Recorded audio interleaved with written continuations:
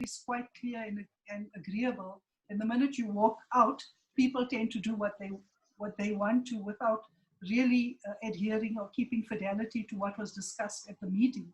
And he said, like all MDs, do me a business case. And 2 days later, happily, 2 MDs went for each other's throats. And I said, there's my business case. And I kicked off this thing, and then another bank. So I transitioned into delivering this in terms of how to support business. And another bank heard that I was doing this, and they invited me. So happily, I joined Standard Bank and headed up the leadership, talent, coaching, and mentoring a global unit for about 5 years. And then, so I did work all over Europe, South America, different parts of Africa, wherever Standard Bank had a footprint. And then in 2010, decided I wanted to do this by myself. But then Duke Corporate Education lured me away and asked me to join them. So I was a director with them for a year, and then decided that coaching is what I wanted to do every day. So happily, 7 years ago, I started on my own. And now I work with individuals, so executive senior managers. I do one-on-one business coaching with them, which is really the difference is that you want to ensure that both parties derive value, and you're helping the individual to impact the business more positively. So it's not just self-actualization or life coaching. It's very specific, very unique, and very focused. And I also do executive team coaching. So I work with executive teams, helping them think through strategy, helping them do business reviews, facilitating all kinds of conversations. In addition, ensuring that they work together optimally. So high level, that's who I am. And I'm really pleased to be here with you. And I think when we talk about opportunity, as Malavan said, this pandemic has actually given us the opportunity to start doing things differently, and things are opening up, and it's about trying different things. So that's a little bit about me. Malavan, if you can change my slide.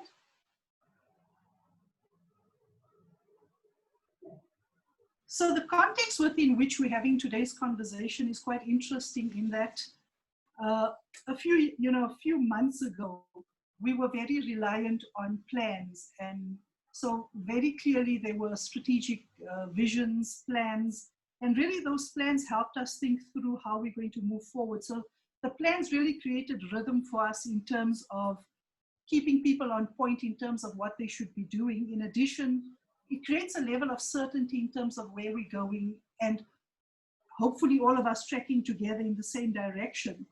And those plans have been yanked away from us almost 3 months ago. And so when you no longer have that kind of a base to go back to, what you find is that people become very uncertain. And in addition, I think all of us have gone through some kind of existential crisis during these 3 months. I'm sure I'm not alone in this. And essentially, you can see from the picture there, I chose it very specifically because you can see some of those years you can see quite clearly, others are quite opaque, and some of them you can't see at all. And the way we identified how we worked was really seeing ourselves in future numbers in terms of the years. And we can no longer do that. So a lot of what we knew and what gave us comfort has been taken away. So essentially, what I've also found is that it's not only people at the lower ends of organizations that are struggling, but I'm finding that my executive clients can no longer actually anticipate what's going to happen. So we're all in this together. There's no clarity for anybody in particular. At one time, you found that executives had a clear sight of where we were going, had all the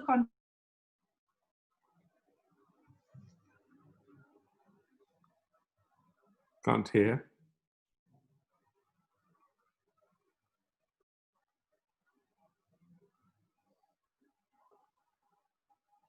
Khatija, I think we lost you. We've lost Khatija. Brilliant. Let's give it a few seconds. Oh, you're back. The volume was too, I think right from the beginning there's been an issue. The volume is still too low. I don't know why. I've tried checking the So audio options also. Some the issue in the. for us is very loud. So Mm. is it likely just on your setting? Because for us, the volume is actually quite loud. I checked the volume settings and it's the max right now. Okay. Sahar, by any chance, are you using a earphone or a headphone? No, I'm not. I'm not. Can you try with a earphone, if you don't mind? Okay. Khatija, actually, we lost you for a few minutes.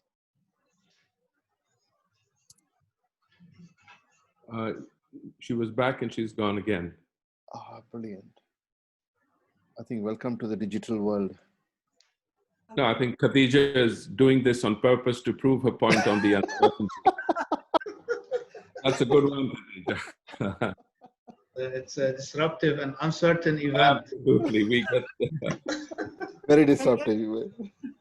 And essentially, I mean, what's interesting is, given that this has just happened, a lot of my clients are talking about the fact that what is keeping them steady is a self-belief, and just trying to use your intuition to guide you, because we have a level of experience in terms of how things might pan out.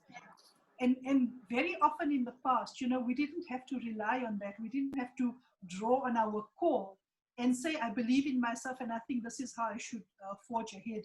So there's a level of risk that as leaders we are having to take so that we can help others move through these turbulent times as well. Because as a leader, no matter what is happening around you, you have to hold the ship steady. And I think that is what is coming more and more to the fore. If you can change the slide for me, please, Malavan. So just to frame our conversation, I'm going to use some sort of theoretical frameworks to guide us. You might know the work of Dave Snowden and the Sinofan framework. And really, if you think about where businesses sort of gravitated more regularly to in the past, it was always around what was obvious. We assumed, we planned, things went by plan. And often, so you'll see on the bottom right-hand corner, the best practice, the obvious, is that you could sense what was happening. You could draw an experience, categorize what was coming towards you in terms of what you knew, and then you responded. But what has happened is that none of that has played to how we anticipated things would go. And we've all fallen over the cliff into chaos. Now, chaos is not necessarily a bad thing. It's just that things are not as ordered as we thought it would be. And you can see that in chaos, you have to act very quickly to get out of there, because there's a very small percentage of people and organizations that can actually find creativity within the chaotic space. So you have to act, sense, then respond. So a lot of what is happening is that you're finding novel practices. So if you look at Ralph Lauren, for example, they decided to close their stores, and they decided there's an opportunity there. So instead of doing their normal manufacturing, they started manufacturing gowns and masks. And that was a novel practice, because they found themselves in this place where we don't quite know what is happening. And we understand that our businesses can't continue the way we are doing right now. And we're not going to have people walking into our stores. So what opportunity has arisen as a result of this? And it's exactly what they've done. Complicated decision making at the top right is really where you use your individual expertise. So your functional expertise, so to speak. But it's also very much a world of cause and effect. And the thing there is, whilst you're sensing what is happening, you're having to analyze, which means that you have to have a lot of data at hand to allow you to integrate and then make some recommendations, look at risk. And what we're finding right now is that the data is not available. So you're having to make decisions on the hoof. And that is one of the big challenges. So what we're finding in COVID is that things have moved in terms of focus. In the past, we operated at a senior level very much within the space of complicated and complex. Whereas now what's happening is that we're living in the space of chaotic and complex. So the reason why I'm sharing this framework also is really so that we also have a common language, because it's not often that so you might be used to some of this terminology, but often we find that if we don't know in which quadrant we sort of have landed, there's a disordering of things, and people aren't able to then remain effective. So what happens for a leader is to really try and locate where we are and how do I help navigate through these challenging times. And that's why I actually decided to share this framework, so it gives us things to, hooks to hang on to in terms of the conversation. You can go to the next slide, please, Malavan. So in addition to sort of having a framework, there's one pattern that has come out from all my senior people that I'm coaching, and that is an opportunity mindset. So the mindset within which we approach anything will determine hugely how we live through that and really how is it that we start crafting some future for ourselves and for others. And really, so the mindset component is really about setting intent. What is my intention that I'm going to work through and live through these times? And the intention that has been very useful, or the mindset that has been very useful for clients, is to say, whilst things might have been disrupted, whilst we might have had plans and things are not following through on those plans, what it also means is that I need to have a mindset of creativity. I need to look at the unexpected. Perhaps this creates some disorder myself in terms of how we approach things, change the way we do things, but at the same time, it's about creativity and opportunity. And usually I often frame conversations and my methodology saying to my clients that my work is underpinned by this concept called learning. And really, if you look at learning, what it requires is it asks us to immerse ourselves into the current. So what is our current experience? We then reflect. So we go inwards and we think about what is it that's happening? What is the data saying to us in terms of what's working, what's not working? We then make a plan and we go and action that plan and we have a new experience. And if you think about complexity, I mean, there were people in the 60s who already talked about the fact that sequential thinking is not going to help us, neither is deductive. And really, if you look at complexity, what helps us work through things to ensure that our learning is greater than change and keeping us from this reactive stance is the ability to come up with some hypotheses around what might be happening. And to have the ability to do that, you have to immerse yourself in the current. You have to say what is happening right now and what are the things that are contributing to that. You know, and perhaps sometimes it's about applying that Pareto principle, which is really what most of my clients are doing right now, is they're saying, what are the 20% actions that we can take that's going to give us some level of leverage? Because there's not much we can control right now. So it's really approaching things with a learning mindset. And that's the intention I'm asking you to consider for the next few months and say, if I adopt this, you know, what would the outcome be? And this starts talking a little bit to what the old masters talked about, which is mastery, really. You know, because we have a choice to determine sort of where our emotions go. And as much as we think we are very rational beings, a lot of our decisions come from emotion. We think about whether we feel safe or not safe, whether we can trust what is happening or not trust what is happening, and based on that we make decisions. So very rarely do we understand that our decisions are very emotionally based. And that's why it's very important for us to think about what is the undertone of my mindset. And I have to very consciously choose that I want to have a mindset of looking for opportunities, looking to be creative in this period. Malavan?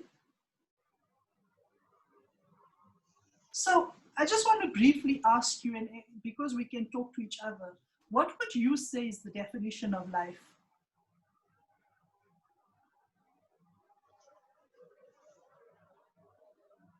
Malavan, can you check the chats? Or can you unmute people?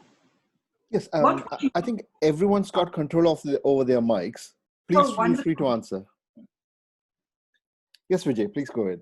No. I had to step away to stop the phone from ringing, so I apologize. I haven't heard the question. You mind? I was making notes, but please, could you repeat that for us? What would you say is the definition of life? Of life? Oh, okay. I think it's the life to me is what is yet to come. Okay. Yet to come. Anybody else?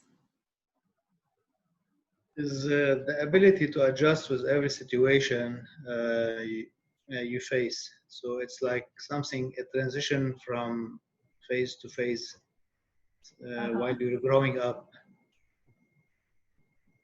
Uh-huh. So it requires a lot of power to adjust. Otherwise, it requires to define your position at the end. Where do you position yourself in life? Is there submissive and you're following the system?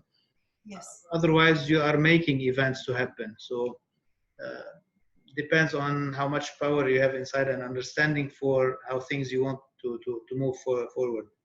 And absolutely, it's all of that. And if we go back to times of Aristotle and Greek philosophers, I mean, what they essentially said it came down to is growth is life and life is growth. And I think we all understand those as universal laws, right? So and that's another thing that has emerged from a lot of the leaders. What they've said is that I've had to adopt a learning mindset because nobody has the answer. There's no right and wrong way of doing things. All of us have lots of experience, right? If you take any room and you put 4 or 5 people in, you have more than 100 years of experience cumulatively, right? However, because what is happening is so unprecedented, we can't draw on a lot of times on that experience. So a lot of this is about saying, I've got to try something and learn from there and move forward, because that expert mindset is no longer the thing that serves us. We have to really humble ourselves, surrender ourselves to what is new, what might be. And really that's the mindset I'm asking you to adopt, even during this conversation. Next slide, next point, please. So this is just a high level sort of a graphic representation of how we learn, which is what I shared with you. Is we have an experience, we reflect on it, we come up with a plan, and we cannot move forward in life without having some idea of what we want to do, right? And then we go and try it, and we come back with a new experience. And often we forget and we think, and this is where we rely on the past and we categorize a lot of the information that we get is I've done it before, I know what to do. So we go back from concrete experience and we fall into active experimentation. And what COVID is asking us to do very clearly is to say everything is different, every context is different. I've got to go back and reflect on the new experience. What is working, what isn't working, and what is a new plan. And sometimes you have to throw everything out of the window and start afresh. So maybe just a quick example from myself is before COVID kicked in, I did my PhD concept paper, and I was very clear. I wanted to understand how team coaching really supports businesses, and COVID hit.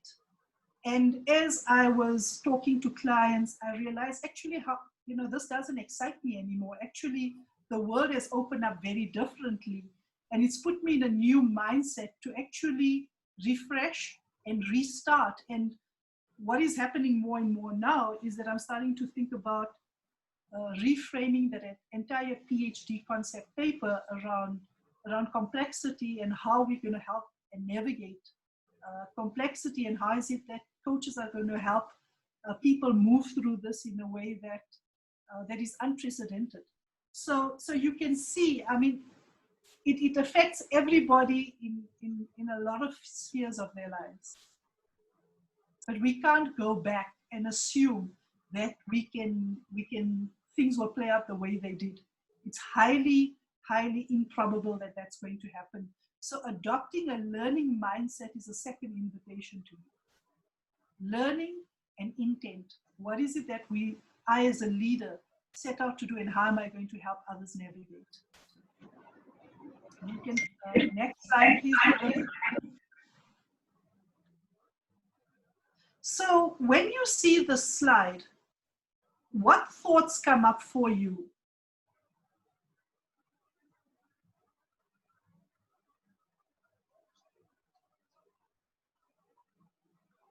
Anybody?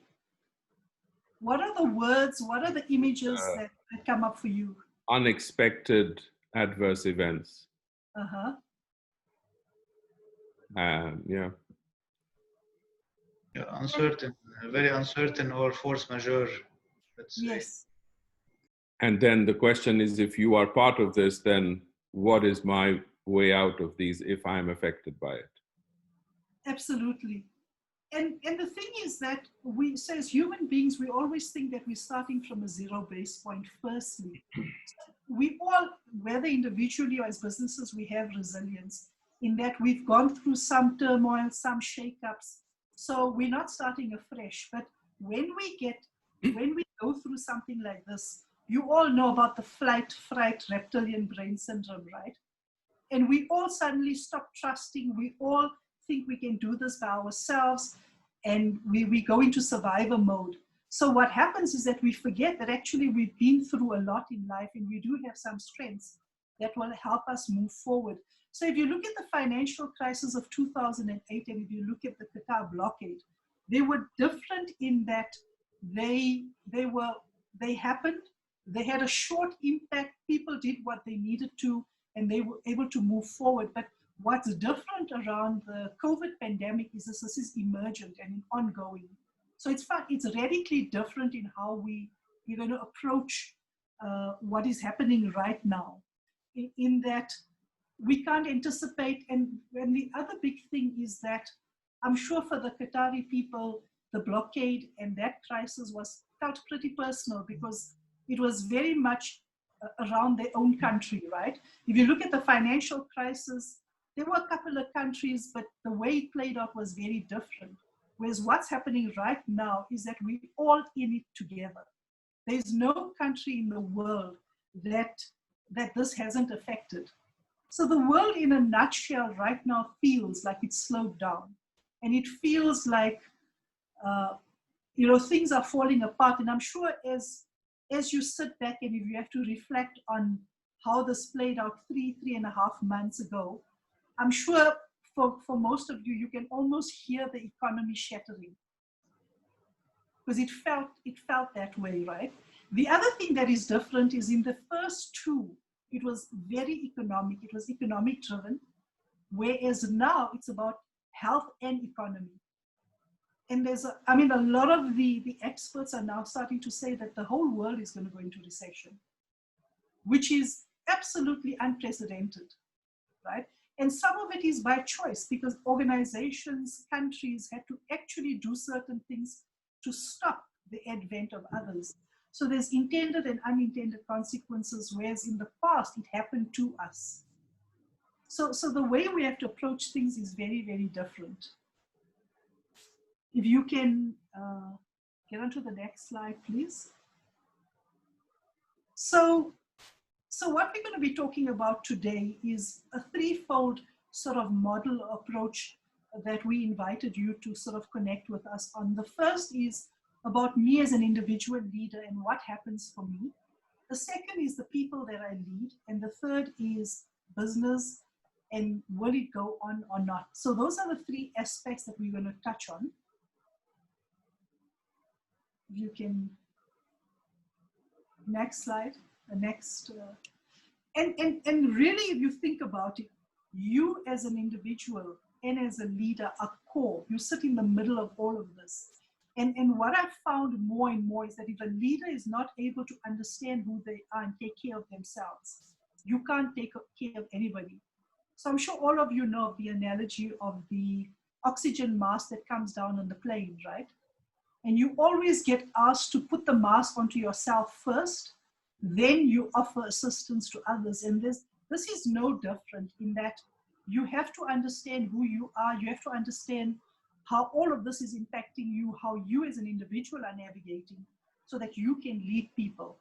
So if you look at it, this is very integrated. If you aren't able to hold the space for yourself and for others, you'll find the people around you starting to struggle as well.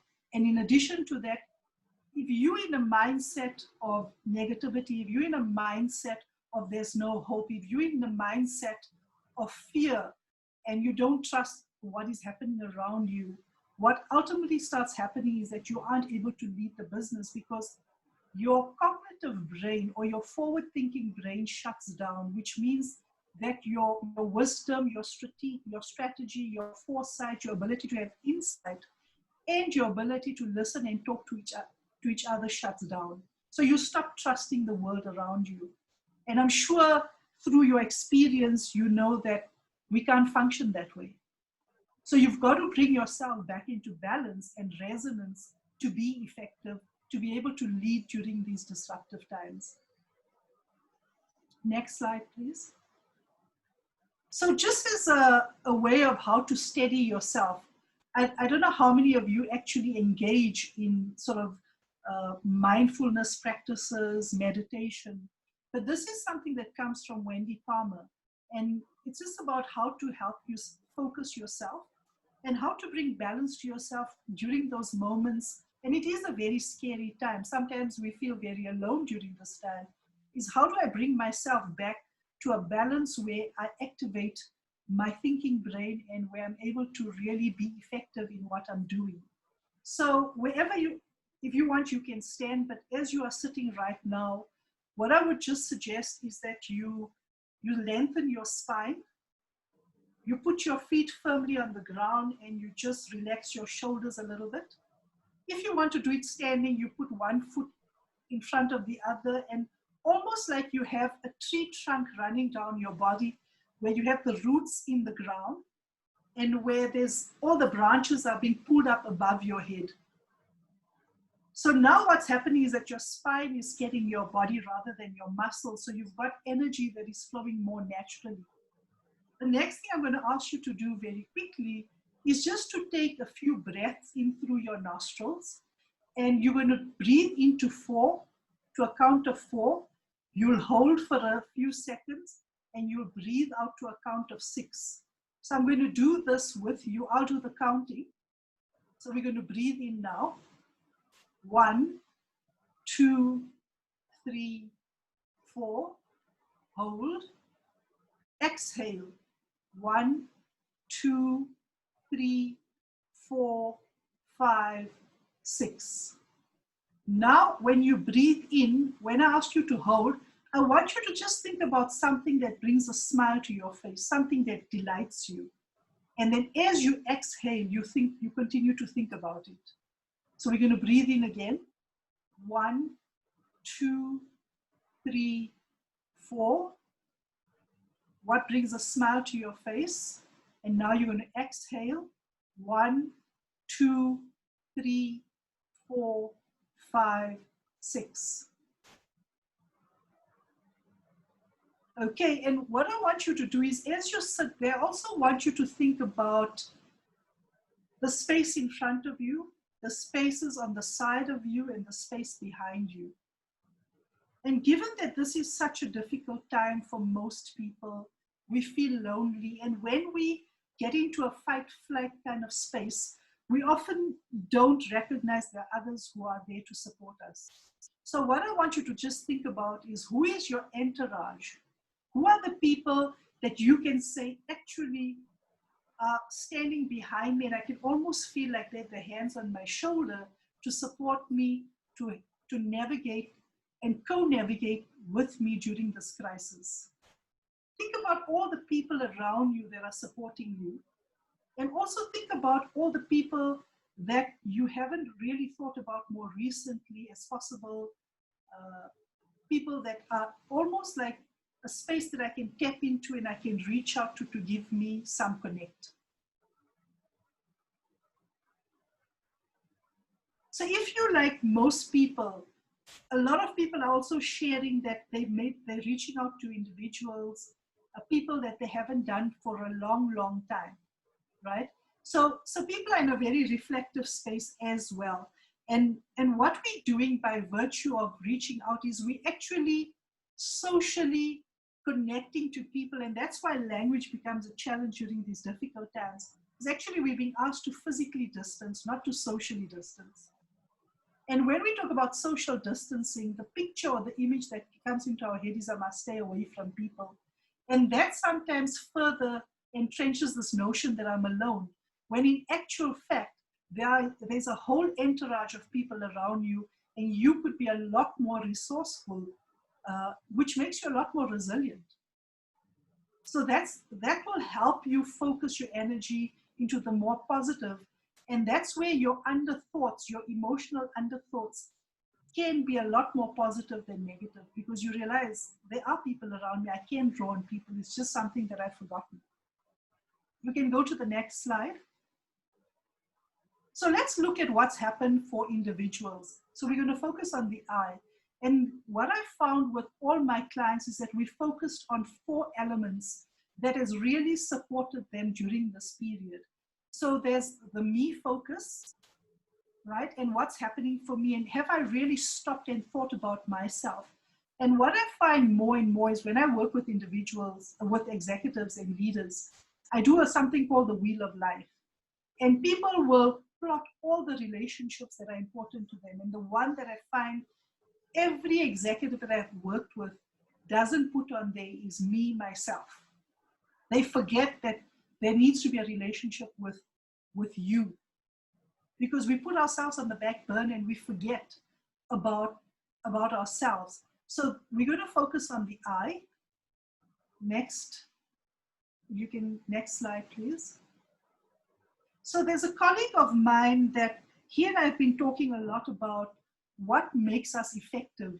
And if you think about performance and how we show up, all of it is contextual. And this is something that has come up through research. It hasn't been shared yet, so it's very, very fresh. But our performance is very, very contextual. So what is happening with us and around us impacts how we show up, right? So no matter what our intention is, if these things are not in place, we still will struggle. So we have to integrate things like how we connect with people, our social engagement system. You know, how at ease are we, how relatable we are. So the head of Columbia, one of the business schools at Columbia, was actually saying that he actually didn't think about how important relationships are. When we think about our social engagement system, we tend to forget what we evoke in others. We tend to forget the value of relationships and how important they are in collaborating with other people. So relationships and how I talk to people, how I connect with people, what I evoke in people when I reach out to people is also a very important thing. How open do I seem as a leader? How approachable do I seem as a leader? Those were the 2 words that he kept using. Approachable, open.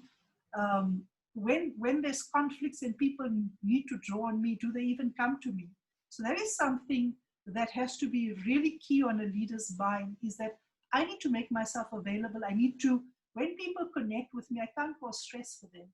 I need to create ease for them. They need to know that I'm there, I'm listening, and I'm in it with them. The second piece is movement. Now I'm finding more and more people, because of Zoom and other virtual platforms, are sitting for longer periods. Normally when you're at the office, you're walking around. South Africa, we're still very much in lockdown like some other countries. So people are not naturally moving, right? And what's happening is that it's creating untold consequences for them in terms of feeling sick, lack of energy. Their immune systems are drawing down. So this is not helping. And if you think about movement has a direct connect to how we think, because when we move, our different hemispheres in our bodies helps us integrate and allows our brain to better connect and integrate the left and the right. So if you're not doing that, you're starting to act in a very compartmentalized way, which is not helpful. Then there's the thing about posture, spinal alignment. We're doing a lot more sitting than we ever did before. So are we aware? Hence the exercise we did. Are we taking care of what we're eating?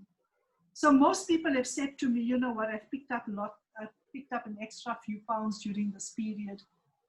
I think when people are stressed, they eat a lot. And this is understanding that my diet will also determine my emotional connect, how I react to things, and my energy levels and my thinking is hugely impacted. So these are all very interrelated concepts. Then there's pieces around breathing. Very often we stop breathing when we're under stress. And when you stop breathing, you find your heart rate picks up. So this is not very useful because those two things just by themselves will activate your fight-flight brain already. So this is why it's so important to learn how to breathe and to practice what we did earlier. Then, I'm not sure about you, but a lot of people are struggling with sleep, right? They're waking up in the middle of the night, or they're finding that I just want to sleep all the time. So what is absolutely key is that your brain and your body needs equal amounts of sleep. So you must be well rested if you want to be effective as a leader. Your sleep allows you to recover so that when you wake up in the morning, you have a refreshed approach rather than one that is lingering from the past, from yesterday, so to speak. Then obviously there's a piece around how competent am I? So more and more people are starting to find that I'm not as good at the things that I thought I was at. Or perhaps the world of the future is going to require that I start developing or building a new set of competencies. And for you, this is a lot about taking stock and saying, what have I found out about myself and what perhaps is in plan for me, and starting this development plan for yourself. Because there's lots of reflections that one has at this moment. Don't lose those, capture them somewhere and put that into some form of plan. And then most importantly, you'll see at the bottom, X. X is the unique factor that you as the individual or the group brings to any performance context. And this is your secret sauce. So this is about constantly thinking about what is it that will get me to the next level. And I think, Sahar, you talked a little bit about this earlier on when we just came in. You talked about what next for me, what is my new learning, right? And this is all part and parcel of it. Next slide, please. So some of the leaders that I spoke to, here's what comes from them directly. And they say that whilst certain things are very important for us, we know as business people, so we have to be really excellent at certain things. And I think we all know these: strategy, right? Crisis management, operations. We all have to be very good at connecting with government and the bodies that will help us, the stakeholders that will help us achieve some of what we want to. We have to be very mindful now about our environment, our social impact, because here's the thing is that when things around us are not working, when things around us are in chaos, we'll find that we as a business cannot thrive. So how is it that we're going to get out of surviving and thriving? And all those around us have to be thriving equally as us. So we can't expect the two systems to be disconnected. And obviously technology is a big one. However, what Steve Jobs, amongst many, has said is that you have to, as a leader, know what you're about. Who are you as a leader? And you have to think about who do you want to be as a leader going forward. So I'm sure there's been moments when you've worked out, I could be a better leader during this time, and think about what that might be, right? You have to talk about what you stand for. What are your key values? What are your key values? So again, one of the executives said to me, the biggest value that has emerged for me is the ability to be humble and to be vulnerable. And he said, I have to stand up and say, Charles, I am Charles and I'm in trouble, I need help. And he says, that's been a huge support to me, is that I have to really think about who I am, what I stand for, how is it that I want to be remembered. Now, this is not new. We always talk about legacy, right? And I think when you come to sort of the latter part of your working career, this is really what most leaders talk about is, this is my last stint. What do I want to be remembered for? So this is the time where people are going to remember most whether you cared for them as human beings, or did you consistently only care about what happens to the business during this time? And I think for a lot of leaders, they've talked about the fact that their humanity has come to the fore. And they've realized that actually it's not a competition. It's about people, it's about business, it's about customers. And it's not, none of those are mutually exclusive. So they all talk about understanding that the all conversation needs to fall away. It's not, who do I look after first? Is it my people or my customers? What they're saying is your people and your customers, and the outcome of the financial impact will take care of itself. So a lot of leaders have talked about also starting to say, what is my purpose in life? Why do I exist? Am I living in a space where I feel fulfilled, or do I find some disconnects? So I think Steve Jobs, at his very last speech I think it was at Stanford University, talked about the fact that you must know what is important to you, and you have to be very clear about what is important to you.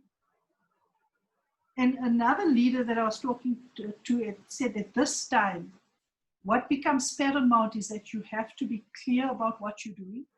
You have to share it with other people and make sure that it is executed. That is going to be the key. So we have to be a lot better at everything we do than we ever were before. But you have to be very clear. The other things that they also talked about from a business perspective is that you might have had 10 things on your list, but really refine it to those 2 or 3 things that are absolutely key. So I know some leaders have talked about the fact that there was a sense that people were not doing as much as they could, and they've been loaded with a whole set of new projects. And that has distracted from the focus. So a lot of them are saying is you need a keen focus during this time. Be absolutely clear what you want, share it with people, and get them to achieve you, help you achieve that. So again, from a leadership perspective, what are the skills that are coming to the fore? What are the values?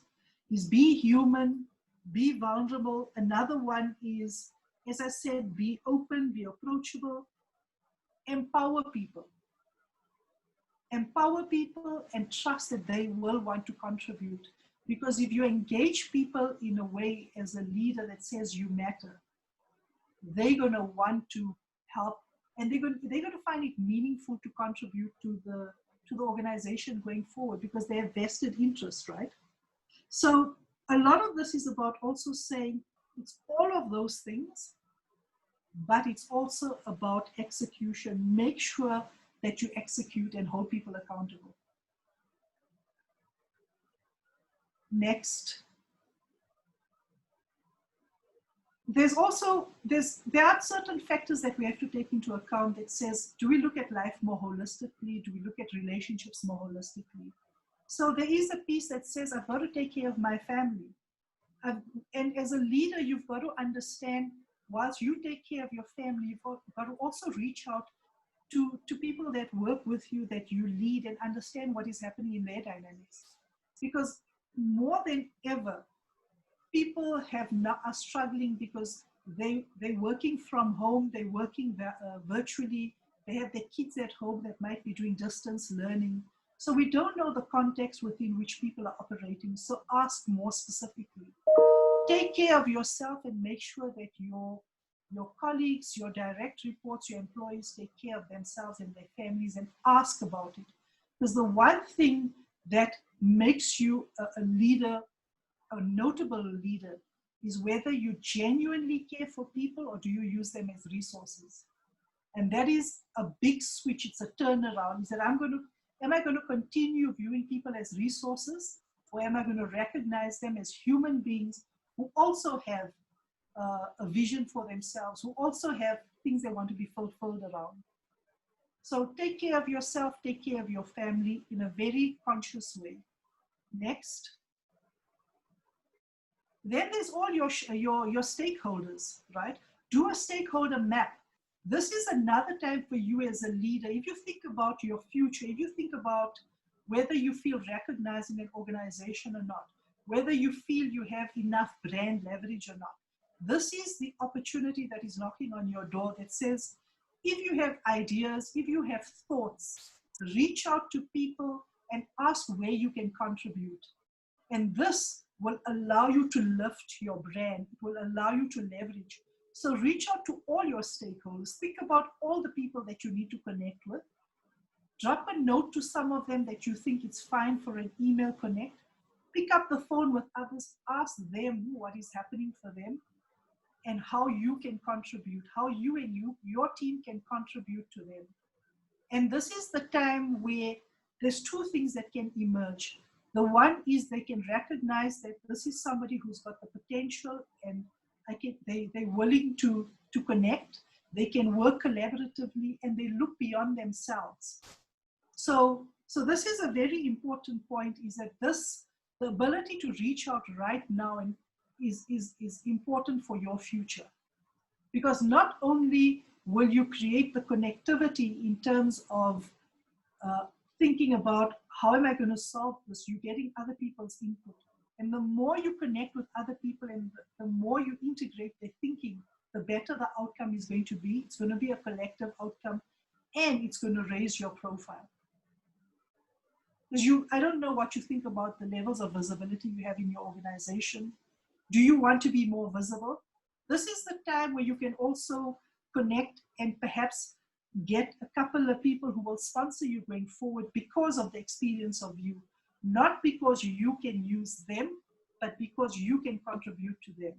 Think about what are the additional projects people are working on, and think about how you can get involved and your team can get involved so that you can contribute. The next one. So we're now going to then use this as a segue into your people and how you work with them. So you can just go to the next slide, Madam. Oh, sorry, before you go to the next slide, what is really important here is perhaps all the things that you find important to you. If you can just bring the next visual back on, Madam, the scale. In terms of your development plan and some of the things that we've had a conversation about, you could just scale yourself and see, you know, are you on the left-hand side of 5 and what work you need to do and what change you need to implement for yourself? What are the areas you want to work at? And so just getting a snapshot of where you're at and where you want to be will be really useful for you. And put that in as part of your plan beyond COVID. Next slide. So we're now going to go on to the people side of things.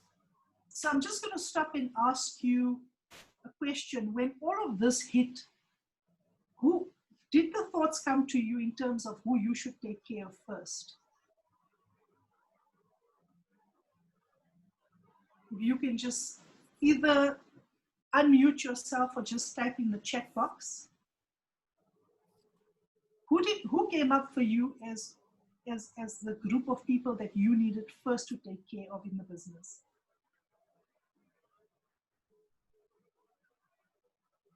You mean at work or everywhere? It's general.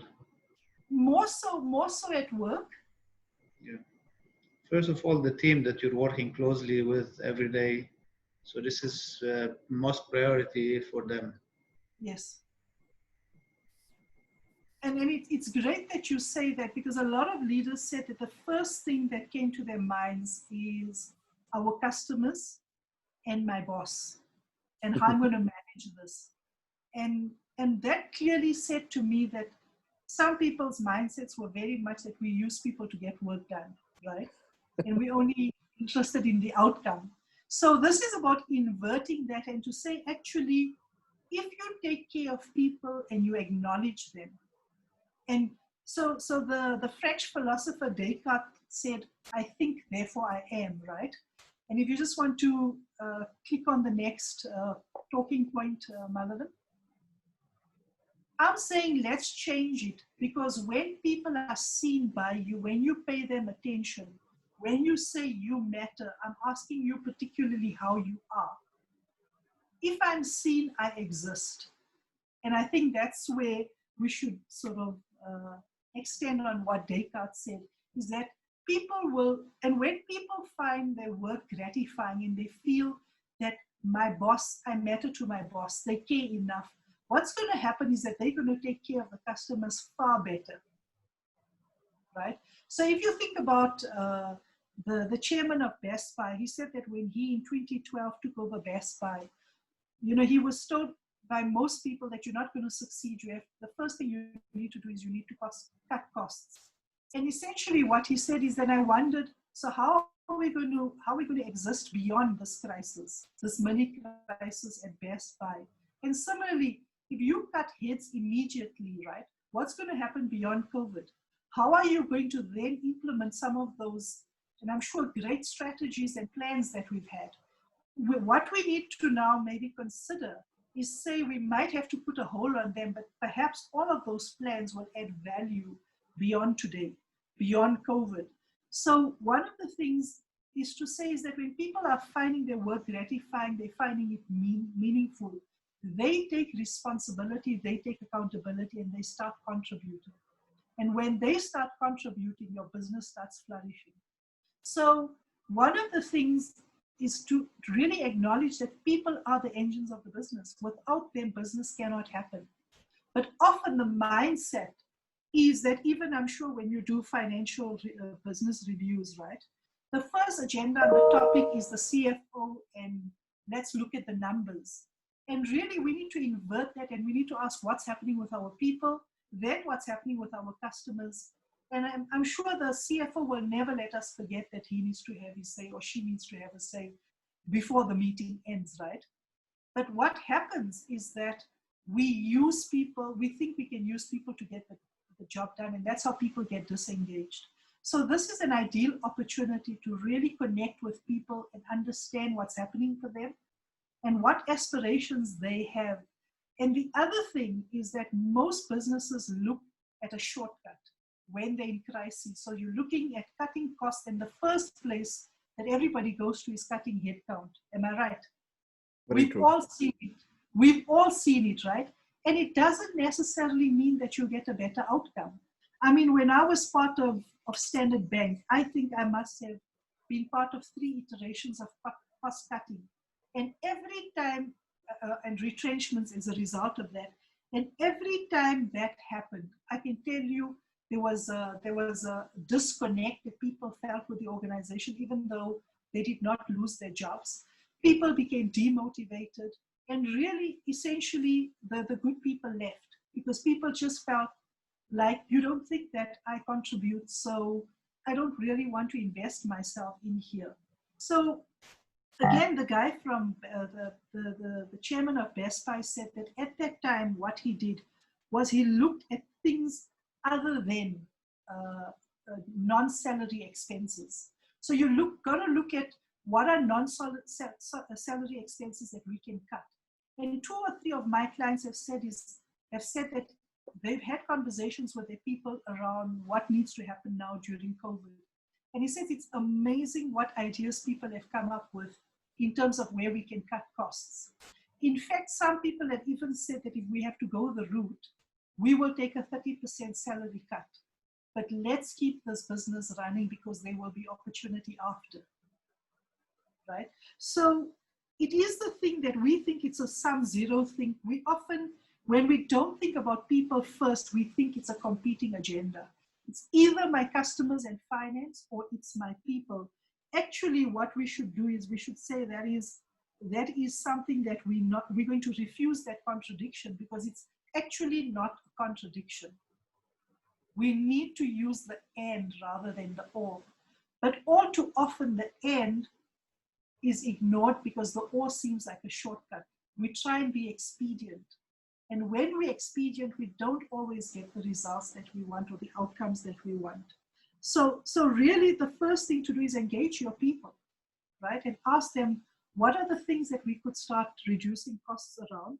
then start looking at how you can up revenue. If there's any way that we can up revenue.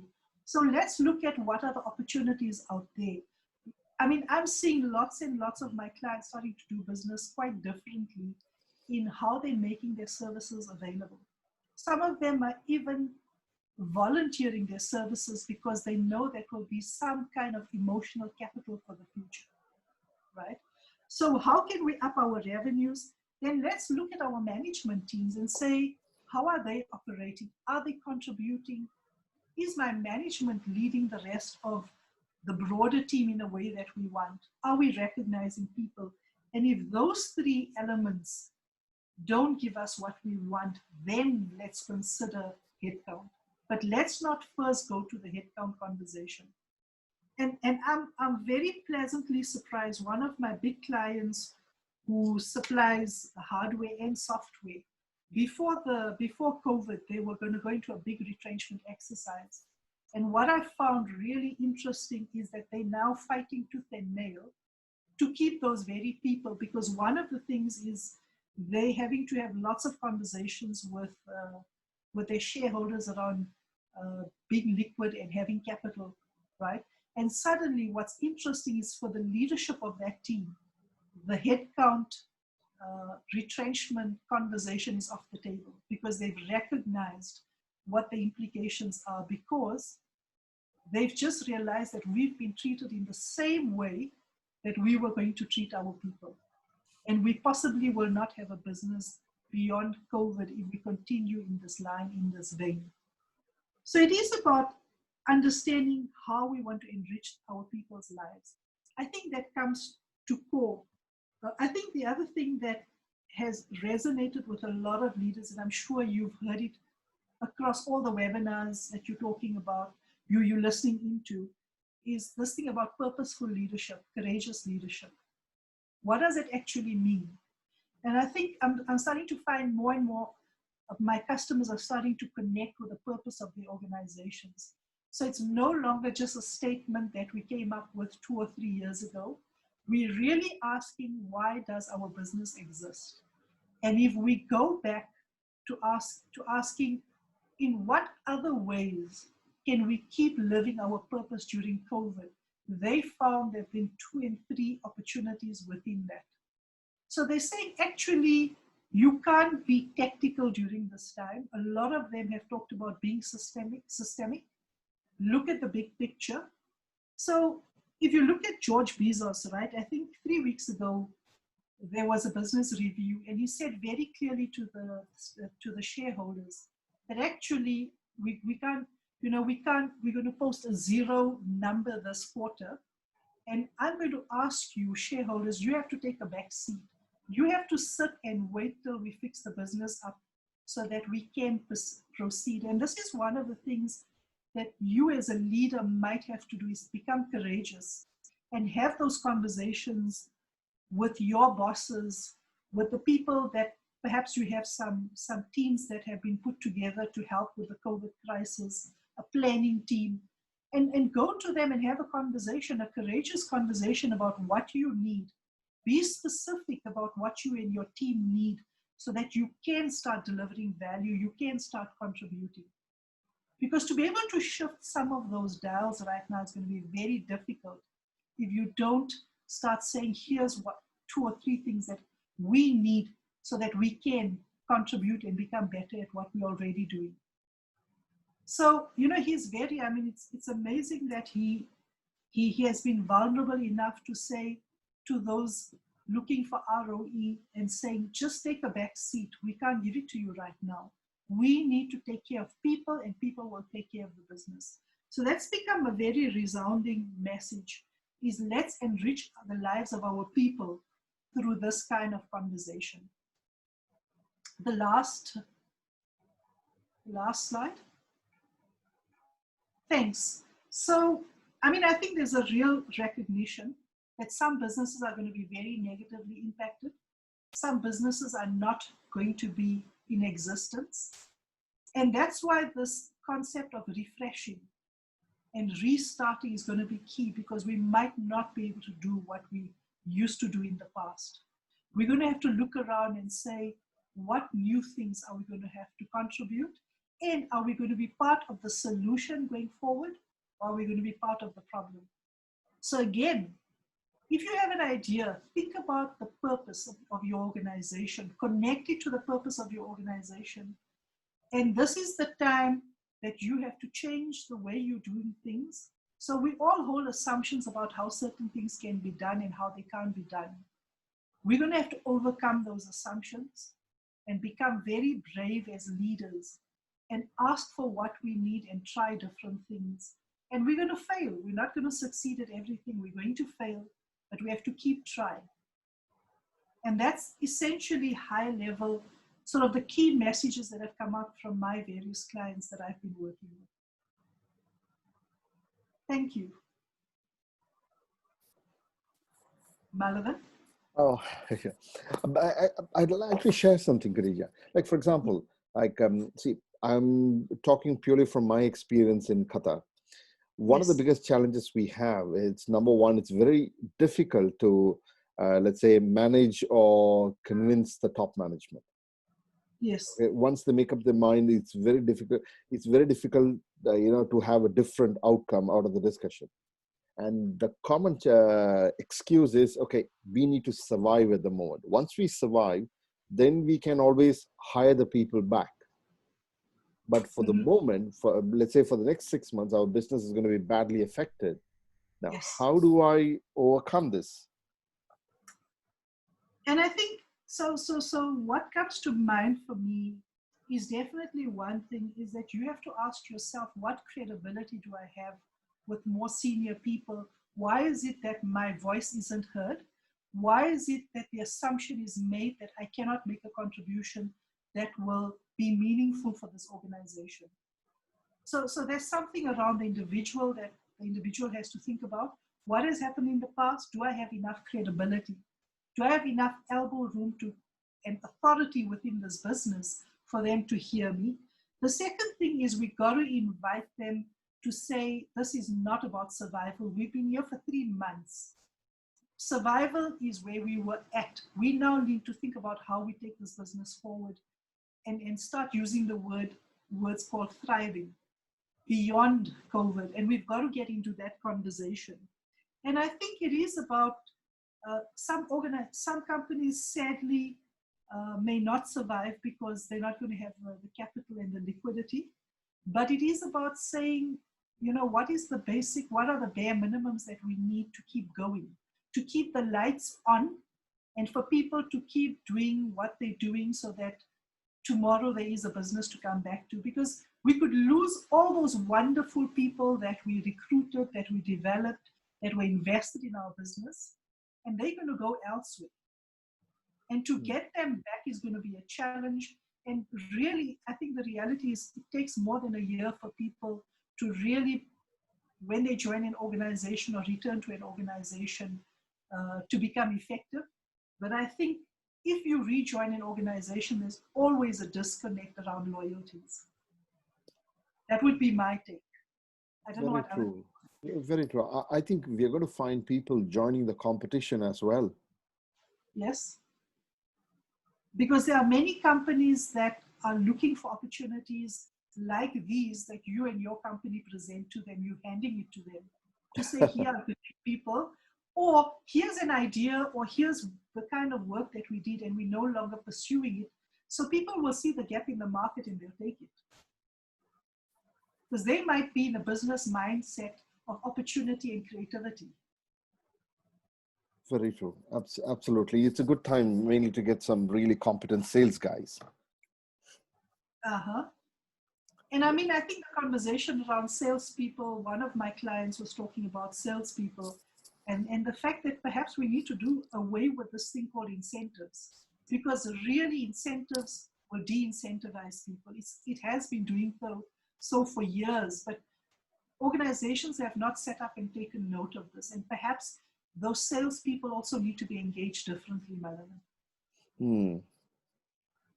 It's very true. I mean, for sales, it has always been part of the culture that they should be given an incentive. Otherwise, they are not going to, promote aggressively. Exactly. So what is their contribution to an organization? What is the level of commitment?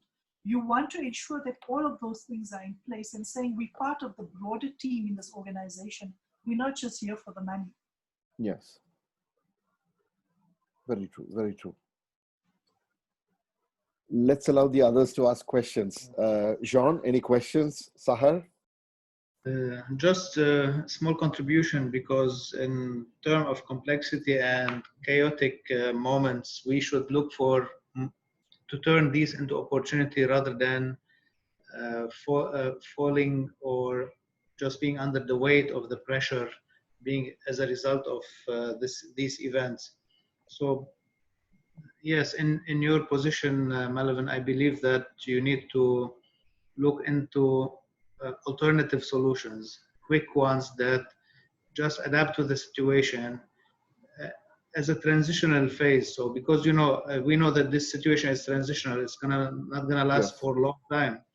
So yeah, we need to survive with minimum loss and turning these into opportunities. So everyone in his industry has to look for alternative solutions that make him survive at least these few months until something bright comes again and take us out from these dark moments. So sometimes alternative means some digital, maybe Yes. approaches, some technological alternatives. So we have to look into these creative and customized solution that can take us from one side to another side in the business. And you're So very right, Sean. Look at the number of apps that have suddenly come on stream, right? Look at the virtual platforms, the new ones being developed with modified definitely, features. definitely. It's If you look at Coco Chanel, right? They knew people have stopped buying perfume. So what did they do? They started making hand sanitizers, right? So you're looking for opportunities all the time. If you look at this webinar, I think Malavan, you and I both, it's created an opportunity because we would never have thought of delivering our message out there through a webinar. Would that be right? Absolutely. It's Absolutely. fast forwarded the future for us. It was something on the far horizon. We always thought we had time. Yes. And suddenly, here's an opportunity. I'm delivering training through virtual mediums. Absolutely spot on, John. It's very true. Like we wanted to run something like this about 10 months ago, and I felt that people were not ready at that time. All of a sudden, COVID actually presented this opportunity on a plate for me. Yes. I mean, if you look at financial services, right, there are a lot more products, and how they actually are now supporting those products are radically different. I mean, I don't know about, I think less so in Qatar and other places of the world, but in South Africa, there's been a lot of focus on how banks can work more closely with government and to start creating a space for the unbanked. There are masses of the unbanked. And suddenly this has come, suddenly all of these things have been put together, and there's opportunities around new ways to support and integrate all of these elements, right? I mean, what's also been interesting is that, I don't know about you, but from a business recovery point of view, suddenly the businesses that were redlined are getting the support that they need, and it's creating some new opportunity and new impetus. Because South Africa was in a form of a recession, very low economic growth. So we need all the help that we can get, right? So we cannot further fall from where we were. Qatar is lucky. I mean, you guys have a sovereign sort of big sort of support behind you. But there are many countries that don't have any of that. And if you think about what's happening in our healthcare system in conjunction with the political environment, we've got huge challenges. So businesses definitely have to think about doing things radically different. And it's just forced them to do that now. Very true. Other thoughts? Chintan, are you in?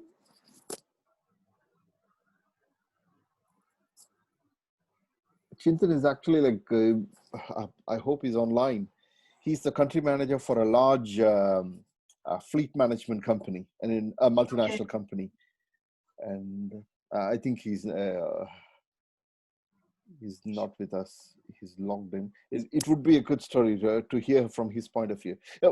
At the same time, see, if you take the food delivery services, I mean, Yes. they're having a good run. I mean, before they were delivering food, now they're delivering groceries.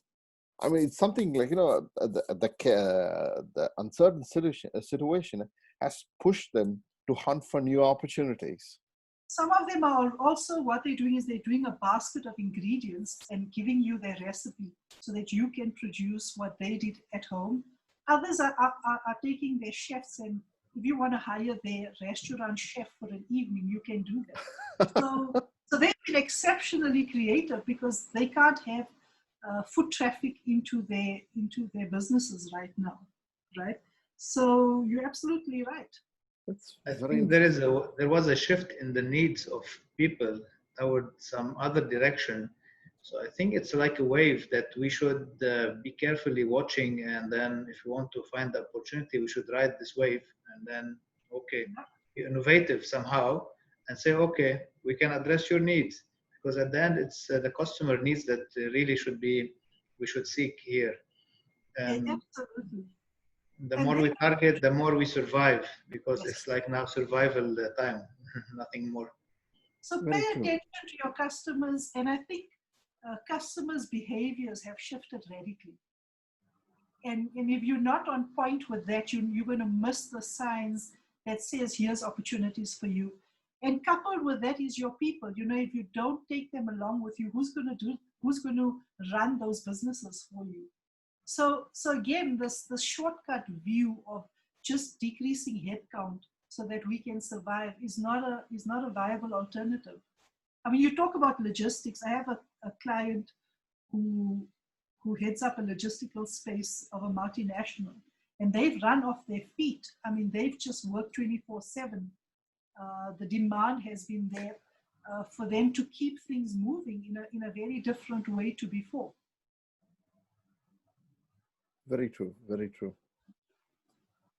Right, so some businesses have just been on the incline and they've gotten more than they can cope with, actually. Absolutely. Sahar, maybe from your side? Actually, there's something else running in my mind. When you people are talking about focusing more on, business also through virtual means, right? Yes. Right. I mean, if you're talking on, for example, if you're talking about banking, banks will have to focus more on talking about again virtually onboarding clients, right? Mm-hmm. Yeah. Now that's a big challenge, because see, I come from a compliance, a risk management background, and I'm talking of onboarding a client without seeing him is a big risk, right? We're just going by what we see on a screen. Yes. So I mean, in the sense, in terms of the regulatory requirements and our obligations. I mean, from the compliance point of view, I'm talking for financial institutions as well as banks, it is really a very big challenge. And what you say resonates with some of my clients. So firstly, those clients that are heading up risk areas, there's opportunities that have been open for them globally because of this. There's a huge need for people who are really good at doing risk. So I've had a few people have moved during this COVID period. They've been recruited during this period. They've been onboarded, and they will physically move when when people can travel. But other banking clients have also said that the onset of fraud and bank security has been key, Sahar. So they actually overwork, and they've decreased teams prior to COVID. Now they're expanding those teams because firstly, all their people are working virtually. Secondly, they're having to allow customers to come into their non-physical virtual spaces so that you can start doing some of the things that you talk about. And in South Africa, it's particularly challenging because fraud and theft is huge here because of unemployment. It's coupled with unemployment. You can't uncouple those two elements, right? So your security teams in banks are just overworked at the moment.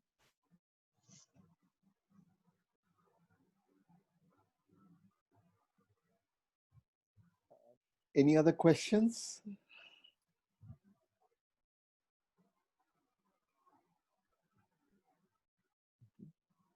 Khatija, Yes. is there any closing statements that you'd like to make before we wind up? I think for me, the thing that has stood out the most from hearing from my clients is think about the purpose of your organization and connect every individual to the purpose of the business, and get them to do it on an ongoing basis, and get them to think about how we can do more of that. And I think what Jean said is, what is it our customers need? What are the behavioral buying patterns? And if you can connect those two things, there's opportunity for you to thrive beyond COVID-19. That has become absolutely clear, is engage your people differently, make them matter, create meaningful work for them, and connect to the purpose of your organization, because that's the thing that's going to lead you out of this. Thank you very much, Khatija. Thank you everyone for joining us. Jean, I really appreciate that. I'm seeing Jean. I think I'm seeing Jean for the first time. I've spoken to him a few times, but hey, thanks.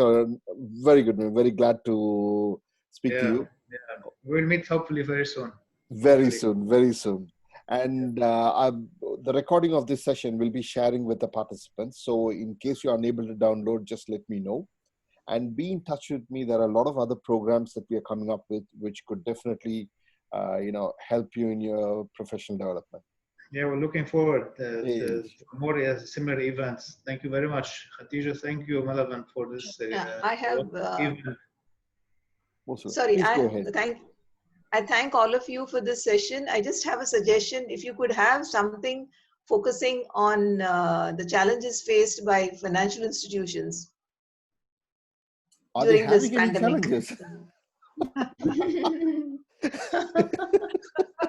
All the money is with you guys. Yes. You should be having very deep pockets. No, very true. In fact, the only entity without challenges. They're very happy. See, actually, somebody I know, and she was sharing with me, they are actually one of the banks in Qatar. They're looking at, cost-cutting measures across the company. And they're looking at, seeking advice from professionals. It is quite interesting. I think, Sahar, you're talking something on this basis, right? On the front. Not really, Malavan. In fact, I'm talking about I'm talking about the challenges faced by banks in terms of mitigating risk. Now, when you're talking about, I'm talking of digital banking or virtual banking solutions. Now, they are banks are onboarding clients without meeting them, right? So, how do they verify that what the information they have received is authentic? I'm talking the KYC process, the know your customer process. Yes. How do they this process? How do they mitigate the risk involved due to this? I'm talking about the virtual banking solutions which they are using. Okay. In fact, we did one maybe a couple of weeks ago. One Mr. Bashir had run the program. What I can do is I can